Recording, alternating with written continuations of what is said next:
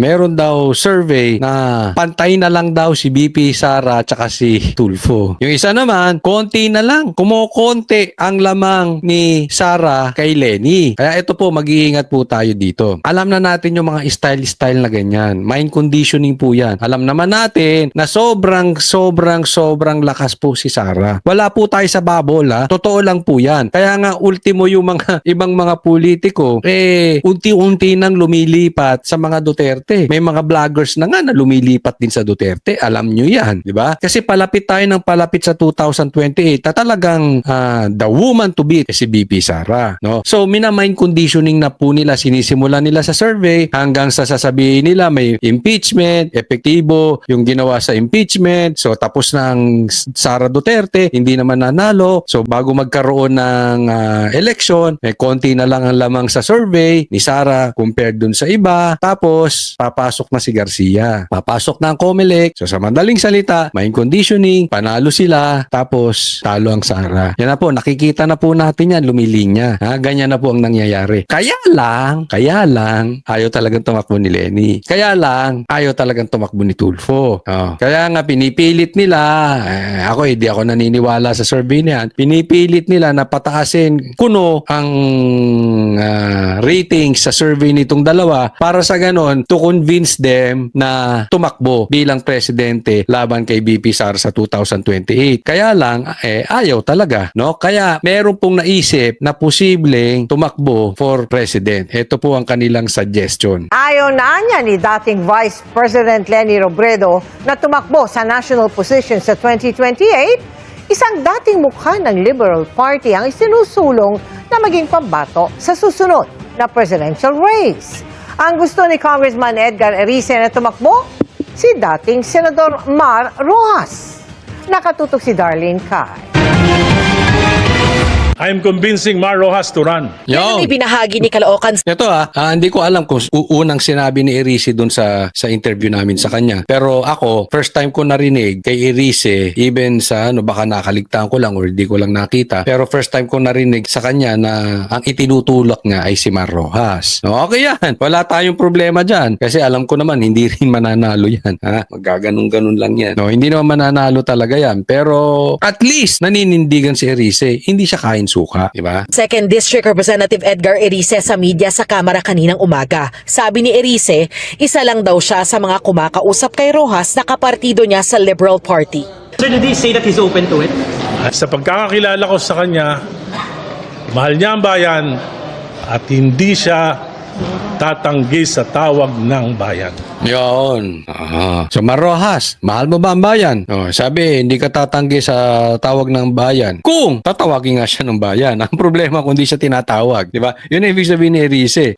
So tigilan nyo na kapipilit kay Lenny. Tigilan nyo ipipilit kay Tulfo. Kung ayaw. Dito tayo kay Mar Rojas. Parang ganon. Matatandaang nang unang tumakbo sa pagkapangulo si Rojas noong 2016, tinalo siya ni dating Pangulong Rodrigo Duterte. Bagay na aminado si Erice na iniinda pa ni Rojas. Alam mo si Mar Rojas, para yung nanligaw, binasted. Masakit sa kanya yung pagkakabasted sa kanya. Iyakin pala. Natalo siya, di ba? So hanggang ngayon masakit pa. Move on na, Mar Rojas. Kasi isipin mo, ikaw pa ang standard bearer ng incumbent na si Pinoy ng Dilaw. Ang lakas-lakas niya noon. Bigla kang talo. Di siguro nasakta. Yun, naiyak. Tanda mo na. Tama na yun. Okay na yun. Pero sa nangyayari sa bayan natin, dahil mahal niya yung bayan natin, nasasaktan yan. At pag tinawag mo yan, lalaban yan para sa bayan. So, sa madaling salita, mga liberal, hindi nyo kasi tinatawag. Hindi, ako lang. Ayaw ni Lenny. Ayaw ni Tulfo. Pambihira. Okay, dito na ako. Kahit alam kong palpak din to. Pero kaysa naman si Risa. Para naman kayong... Kasi pag kinuha nyo si Risa, si Trillanes, si Torre, si John Vic, pambihira. Parang ang dating ninyo, napaka-desperado. Mas okay na si Mar Rojas kaysa dun sa mga yun. Hindi ko sinasabing mas matino si Rojas. Pero yung winnable ba? Mas may chance to kaysa sa mga yun. Di ba? Kaya huwag nyo na itulak si Trillanes, pambihira naman kayo. Alam mo, ang tatanga ninyo. Hindi ba kayo nag-iisip? Pati si Trillanes, itinutulak ninyo. Anong gagawin niya?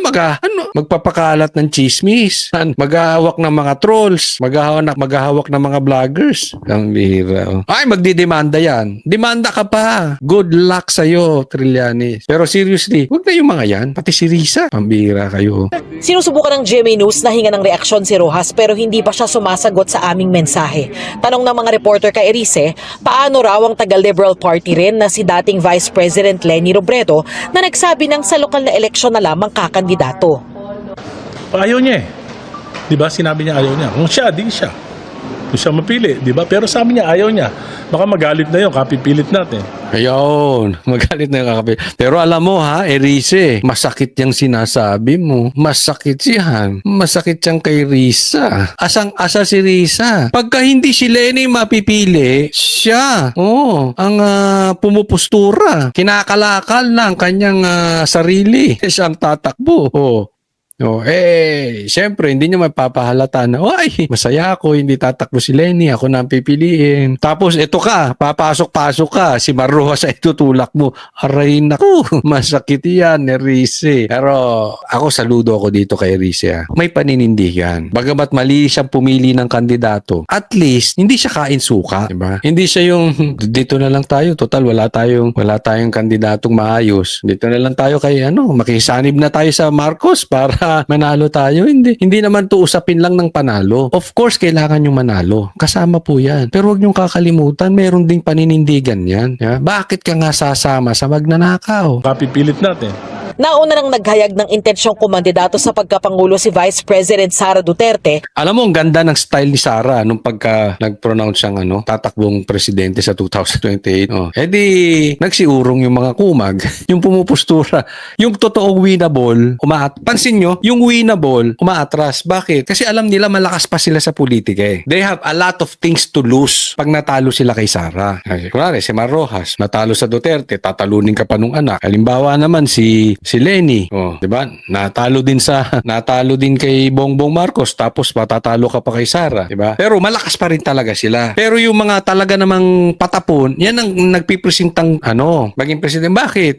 They have nothing to lose eh. Alam naman nila hindi sila mananalo. So they might as well get the opportunity nung privileges ng maleta and all kung ikaw ay tumakbong presidente. Na nahaharap naman ngayon sa impeachment proceedings. Paano kung makakatulong tayo magawas ng na-impeach si Vice President Sara? Pag na-impeach si Vice President Sara, ang maglalaban yung dilaw sa yung pula. Kaya mas maganda nga, hindi ma-impeach eh. Dahil walang kandidato yung pula. Dilaw na lang kami. Malaman yung sinabi niya ha. Pag ma-impeach si BP Sara, which I believe hindi mangyayari, pero for discussion purposes, halimbawa ma-impeach si BP Sara, ang maglalaban daw dilaw at saka pula. So mas maganda pa, wag na lang ma-impeach para dilaw na lang sila. In short, manindigan sila as dilaw. Sila na lang. Hindi siya takot sa challenge ng possible na laban ng dilaw at Duterte. Kaya ayaw niya ma-impeach. Hindi kailangan na i-eliminate mo yung kalabang malakas para basta siya dilaw na lang. Baka sasabihin nyo, DDS to. Hindi po. Ganito dapat mag-isip ang liberal. Pero ang balita natin hindi lang siya ang ayaw sa impeachment sa liberal. Meron din pang iba. Marami na rin po sa mga congressman ngayon na ayaw sa impeachment. Kaya nga po, may malaki po ang possibility na hindi po matutuloy ang impeachment na yan. Hindi po natin sigurado. Pero napakalakas na po ng ugong. Ang daming ayaw sa impeachment. Alam naman natin this is political. This is numbers game. Hindi po yan kung guilty si Sara o hindi. Pero syempre, palapit sa 2028, tatamahan sila niyan. Lalo na alam ng taong bayan, tatandaan sila. Kaya tayo tandaan natin yung mga Pilipino. Tayong mga Pilipino, tatandaan po natin itong mga politiko na papanig sa impeachment. Doon pa lang makikita natin, wala na silang paninindigan. Kaya, congrats sa iyo, Erice. Ganito ang dapat. Ito gayahin ninyo. Hindi yung for the sake na, bilib ako kasi ito matanda na eh. Aminado naman siya, sinasabi niya, Coach, matanda na ako. Yung iba kasi matanda na, meron akong kilala diyang senador. Matanda na. Ang kanyang panig, parang gusto na lang kumulekta ng maleta since magre-retiro na eh. Kumita na lang, di ba? Kilala nyo kung sino yon. Total, hindi natatakbo next. Kumuha na lang ng kumuha. Pero ito, ayos, nanindigan. Huwag pong kakalimutan doon sa mga hindi pa po subscriber, subscribe po kayo dito sa channel ni Coach Oli ha. At ang balita ko, si BP Sara, handang-handa na. May interview siya. May interview po kay BP Sara na handa na siyang tumakbo bilang presidente. Ang saya nito. Hopefully matapos na tong problema natin sa gobyernong ito.